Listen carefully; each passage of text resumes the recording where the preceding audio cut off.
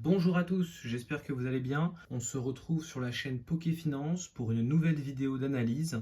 Donc là, on va s'attaquer à un item très particulier et que j'apprécie aussi, qui est la Minitine. Donc on va regarder dans un premier temps donc une petite introduction sur la Minitine, ce que c'est, d'où ça vient, comment c'est sorti. Ensuite, on aura 4 autres points à développer. Donc le deuxième sera dédié notamment à la détermination de la valeur de la Minitine, qu'est-ce qui va pouvoir déterminer cette valeur en tant que telle. Ensuite, en troisième point, une analyse de différentes séries, 4 en tout, donc avec les prix de revente, etc. Et moi, ce que je pense directement sur la série et par rapport bien sûr aux Minitines. Ensuite, en quatrième point, est-ce qu'il faut acheter des Minitines maintenant ou est-ce qu'il vaut mieux attendre? C'est vraiment la question à laquelle je répondrai dans cette partie. Et ensuite, bien sûr, vous vous en doutez, la conclusion, pourquoi les Minitines pourraient être un investissement intéressant ou non. Débutons donc maintenant directement par l'introduction, donc par la présentation des Minitines. Donc qu'est-ce que les Minitines en tant que telles? Donc ce sont des petites boîtes métalliques. Vraiment, en tant que telles, ça permet de faire quoi? De stocker et surtout de transporter les cartes assez facilement comparé notamment à des ETB. Ça a été créé donc il y a quand même un petit bout de temps maintenant. Les contenus d'un Minitine, donc c'est chaque petite boîte va contenir 2 boosters, donc de la série qui est en cours. C'est vraiment une pièce métallisée et surtout c'est vraiment aussi un aspect très artistique je trouve du produit, puisqu'à chaque fois on retrouve une illustration, excusez-moi, différente. Donc en fonction donc, des séries, des dates de sortie, donc les Minitines ont été déclinés bien sûr en fonction de beaucoup de séries, et chacun donc permet en fait de mettre en avant différents types de Pokémon directement dessus. Donc c'est vraiment par exemple les mini boîtes, c'est les Kanto Friends, donc ça représente les Pokémon au départ de la région de Kanto. Donc on avait bien sûr donc Bulbizarre, Salamèche, Carapuce, Pikachu et Evoli. Donc ça c'est sorti notamment en Amérique du Nord donc le 1er mars en 2019. En France donc on l'a vu aussi venir le 3 mai 2019. Ensuite on a eu donc les mini boîtes, donc les Kanto Power qui mettent en avant des Pokémon donc emblématiques. Donc comme Pikachu, il y avait Goopix, Psychoquack, Dracofeu, Dracolos, Mewtwo et Mew. Et donc là on avait une sortie qui a été faite donc 6 septembre en 2019 en Amérique du Nord et plutôt donc le 13 septembre en 2019 en sortie en France en tant que telle. Donc vraiment il y a eu énormément de sorties. Je pense que vous avez plutôt vu vous la sortie de tout ce qui est évolution prismatique, donc qui est sorti il y a peu. Donc là on a retrouvé donc toutes les évolutions d'Evoli notamment. On a eu Destiné Paldea donc EV 4.5 qui est sorti le 9 février 2024. Pour tout ce qui est évolution prismatique, on était sur une sortie qui était le 7 février 2025. Les Minitines en tant que telles n'avaient pas une popularité très accrue au début notamment, mais de plus en plus, donc c'est un item qui est très apprécié des collectionneurs et des joueurs aussi. C'est un aspect super pratique, le design je trouve est super attractif et on va revenir dessus parce que j'en ai aussi quelques-unes de mon côté, donc je pourrais vous les montrer. Et le contenu donc des boosters est vraiment aléatoire, il y en a 2 et ça permet d'enrichir en soi les decks mais aussi des nouvelles cartes potentielles. Et j'ai l'impression qu'on a vu notamment sur cette dernière série Évolution Prismatique un taux de drop assez intéressant dans les Minitines, ce qui a fait que c'est devenu notamment un objet très apprécié et très recherché par les collectionneurs mais aussi par les investisseurs. Donc comme on a pu le voir petit à petit notamment dans cette introduction, on voit que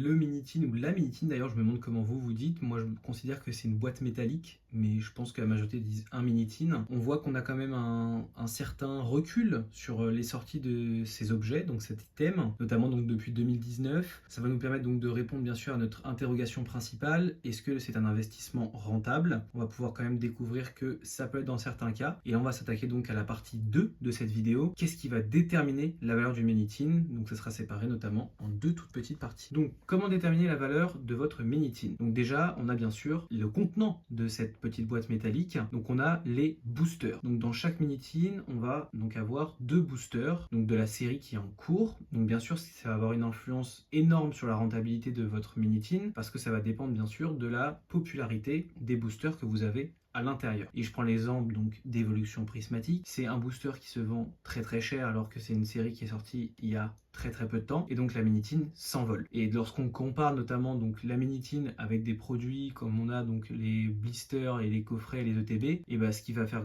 principalement monter son prix donc c'est les fameux boosters, les 2 boosters qu'on va retrouver à l'intérieur. Les Minitine avec booster donc qui par exemple n'ont pas très bien fonctionné, on a Fable Nébuleuse parce que le booster ne coûte pas assez cher. Qu'est-ce qui va aussi rentrer en compte dans donc l'évaluation de cette valeur pour le Minitine? C'est l'illustration. Et ça donc c'est énorme et on le voit notamment donc avec donc actuellement bien sûr évolution prismatique, mais on l'a vu notamment avec 151 qu'on va aller voir un petit peu plus après. Plus l'illustration intéresse le grand public, plus la Minitine prend en valeur, notamment donc avec Noctali ou Dracofeu, on le voit, ça prend en valeur beaucoup plus rapidement, c'est beaucoup plus simple de les vendre et outre le booster, l'illustration qu'il y a sur le Minitin est très important à prendre en compte pour l'achat notamment. L'influence de ces deux paramètres sur la Minitin qui va jouer sur le prix en tant que tel. Et bien sûr la rareté donc des Minitin, comme elles sont souvent ouvertes, parce que donc 2 boosters, une shape assez sympa, potentiellement un visuel assez sympa, les personnes gardent dans la collection, mais ils ne gardent pas scellé. Ils ouvrent et ensuite ils stockent sans doute de temps en temps quelques cartes à l'intérieur. Donc vraiment ça c'est les deux éléments à prendre en compte lorsque vous allez prendre une Minitin. On va donc passer maintenant à la troisième partie de la vidéo, donc l'analyse des séries. Je vais analyser donc 4 séries qui sont donc pour certaines assez anciennes et d'autres quand même très nouvelles sur le marché. Commençons maintenant. Donc on a notamment donc la série Fable Nébuleuse. Donc ça j'en ai parlé. Pour moi c'est un investissement qui peut être risqué en tant que tel parce que c'est pas du tout une série qu'on a vu exploser. Le prix de retail, donc le prix va stagner beaucoup en ce moment et on peut le voir notamment donc juste ici où on a donc, je suis allé voir un petit peu donc les prix en tant que tel des Minitin en général. Comme on peut le voir, il y a très peu de reventes de Minitin solo. On a surtout des cases, donc ce qui est quand même assez fou,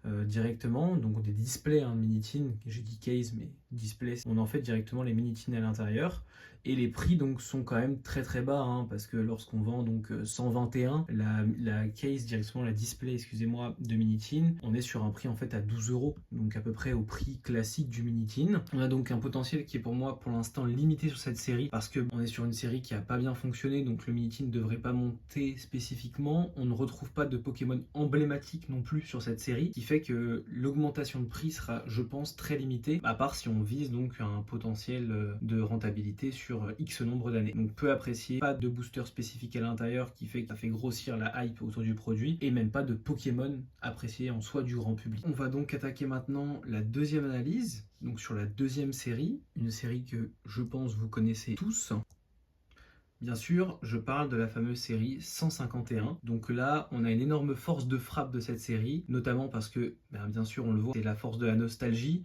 On a notamment aussi une hausse impressionnante du prix des boosters en tant que tel. Et le prix des boosters, comme je vous l'ai dit juste avant, influe énormément sur la valeur de vos Minitin. Mais pas que, on a bien sûr donc avec cette nostalgie revient les Pokémon anciens. Donc les Pokémon anciens sont très appréciés et donc on va le voir notamment sur eBay avec des ventes très intéressantes. Donc là on prend les classiques avec la dernière vente donc le 14 mars à quasiment 40 € de la Minitin donc de Dracolos. On voit donc que l'illustration joue un rôle prépondérant, prédominant sur la valeur de la Minitin. On sait que les Minitin 151 donc ont été lancés donc en 2023, en septembre 2023. Donc quand même une très belle augmentation du prix. On est sur un plus de x2 sans souci. Et je pense que ça sera bien sûr, ça tendra à augmenter de plus en plus dans l'avenir, puisqu'on sait que les prix des boosters 151 ne cessent de grimper et ne cesseront je pense de grimper au vu de la hype qu'il y a eu autour de cette série. On a eu notamment donc un coffret qui est sorti notamment chez Costco, on a pu voir, là on a Eau Florissante qui est sorti, il y a pas mal de coffrets qui ont pu être commandés notamment sur Amazon avec plein de boosters 151. On est sur, si je me trompe pas, 12 boosters 151 plus une carte promo, une carte jumbo, donc on est vraiment sur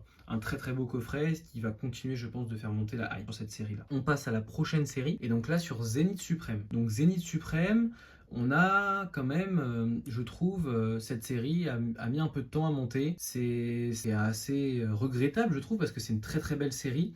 Et je pense que ça peut être notamment une série sur laquelle il faut pouvoir investir parce qu'on a notamment donc le fameux Dracofeu qui ressort sur la série. On a une hausse qui est quand même très constante comme j'ai pu le noter sur le slide. Et il va falloir analyser doucement cette série, mais on peut voir notamment les autres items hormis Minitin grimper de plus en plus. Et les différences par contre de prix en fonction des illustrations sont assez notables. Donc on va aller sur notamment eBay et on va voir donc notamment Dracofeu ressort quasiment à 32, 33, 34, 35 €. Petit à petit, le prix de la display a beaucoup monté. On remonte donc sur des prix à 38 € quasiment là sur la dernière display qui a été vendue le 8 mars. C'est vraiment une série pour moi qui a de l'avenir et sur laquelle il ne faut pas hésiter à miser. Bien sûr, il faut privilégier donc ce fameux Dracofeu parce que les autres illustrations sont beaucoup moins recherchées, mais on est sur une série qui pour moi a de l'avenir et même donc en termes de produits autres que les Minitin, même si c'est le sujet principal de la vidéo, intéressez-vous aux autres items de cette série. C'est une série qui est pour moi très importante dans ce blog. On passe donc maintenant à la dernière, et je pense que vous en doutez tous de quelle série je vais parler. On va parler donc des Minitin Évolution Prismatique. Donc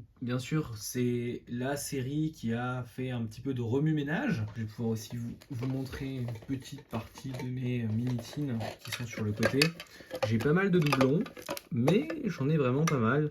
J'en ai une trentaine environ de mini-tins. Donc j'ai bien sûr le fameux Noctali qui est caché derrière. Et parce que comme je vous le disais, donc ce qui va influer sur le prix de vos mini-tins, ça va être bien sûr l'illustration. Et aussi donc une série qui est très récente, il y a un très très fort potentiel et on l'a vu. On a donc Noctali et Mentali qui sortent vraiment du lot, c'est vraiment très impressionnant. On a une offre qui était très limitée en termes donc de produits scellés. Et la majorité donc ne restera pas scellée, je pense. La majorité des gens vont ouvrir cette série, même si le taux de drop est assez abominable. Et pour moi, il y a un avenir prometteur sur cette série, et notamment sur les mini-tins de cette série. Et on le voit, juste ici. Donc là, on est sur les dernières ventes eBay. Donc on est sur 45 €.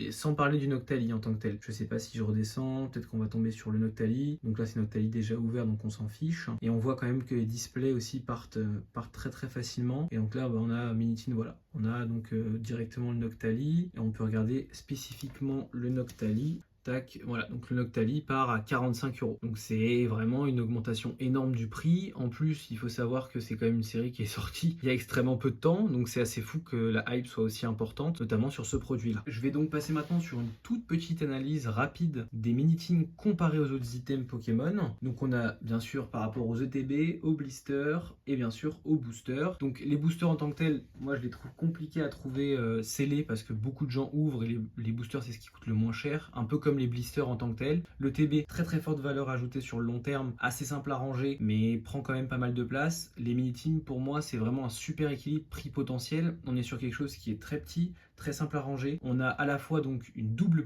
possibilité, excusez-moi, d'augmentation du prix via le prix du booster en tant que tel, mais aussi par rapport à l'illustration que vous avez sur le mini-tin. Donc pour l'instant, le mini-tin, je trouve, se démarque plutôt pas mal. Il faut aussi bien sûr prendre en compte que le mini-tin deviendra, je pense, plus rare qu'une ETB en tant que telle, parce que déjà c'est des produits qui sont aussi très ouverts par les joueurs, mais aussi donc les collectionneurs. Et contrairement aux ETB qui sont, je trouve, plus majoritairement, en tout cas maintenant, conservés scellés, les mini-tins sont massivement ouvertes. Donc ça, faut bien sûr le prendre en compte pour notre analyse. C'est un produit donc qui a un stock qui est scellé, qui est beaucoup moins important, et donc c'est une hausse pour nous qui serait très bénéfique pour nos investissements. On a aussi par contre un petit risque d'investissement à prendre en compte via les mini-tins, c'est que certaines séries donc ne montent pas du tout aussi vite que prévu, et on prend l'exemple donc de Femme Nébuleuse, et moi je prends l'exemple aussi de Zénith Suprême. Je comprends pas pourquoi Zénith Suprême est encore aussi bas au niveau des mini-tins. Après bien sûr si on compare au prix du booster en tant que tel, oui, il y a une corrélation assez importante, mais le Dracofeu devrait être, je pense, plus haut pour une série qui est sortie il y a aussi longtemps, entre guillemets. Il faut bien sûr aussi checker le prix d'entrée auquel vous pouvez acheter vos mini-tins, c'est très important. Il faut éviter bien sûr de payer le prix fort en tant que tel, surtout sur des séries sur lesquelles on a quand même très peu de visibilité, où on a une hype qui est déjà très importante comparée à la série qui vient de sortir et au temps qu'on a d'analyse.